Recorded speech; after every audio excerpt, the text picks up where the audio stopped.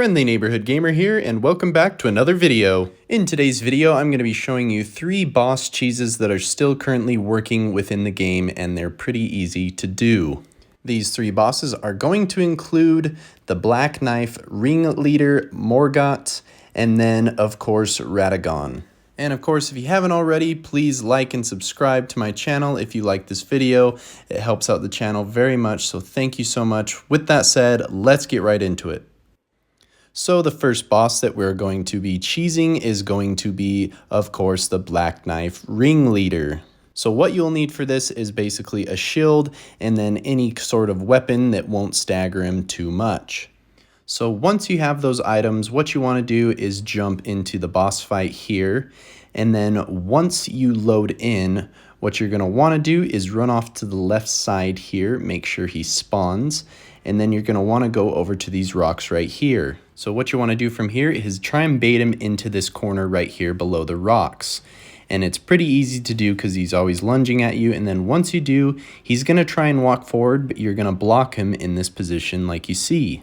And then once he's blocked into this position, what you want to do is you can just hit him as many times as you want. You don't want to do any crazy power attacks because that could get him out of this position and then he will attack you. But you just want to keep him in this corner by staying in front of him and not letting him move, and he will not attack you. If you do stagger him and he does go down, don't do any critical hits on him, just let him get back up and then keep hitting him, because if you do, sometimes it will push him out of this little glitch area. And the next one we're going to be doing is, of course, Morgott. Now, what you want to do if this is your first time coming into this battle is you want to make sure he kills you first so that he spawns not up there, but down a little bit closer.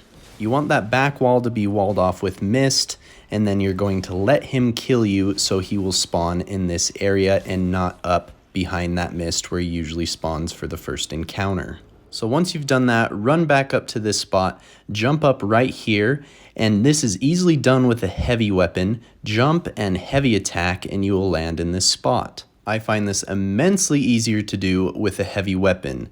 And then, of course, as you can see, Morgott spawns at the back right there instead of at the top of those stairs, where you can easily hit him with ranged attacks. So let me show you one more time in slow motion. Heavy weapon, jump up on here, and then from there you want to hold the sprint button, and then you're going to want to run, jump to the side, and then heavy attack kind of to the side, and it will get you up there. Then, of course, once you're up there, you're free to kill him however you want with any ranged attack that you would like. There is also another method as well where you can use the Mog Shackle at the Mist Gate that will lock him in place as well, where you can go into the boss fight and he will be stuck there in that position, but he does eventually move around with that method. Now, the last method is, of course, will be Radagon, and we will be cheesing him in his first phase. So once you load into this boss fight, what you are going to do is run directly at him and then to the side of him like I do here. So once in this position, you want to make sure you use a weapon that does not stagger him. This method seems to be working best when you use a bow. You shoot him over and over repeatedly until he dies, making this first phase really easy for those of you who are having trouble with it.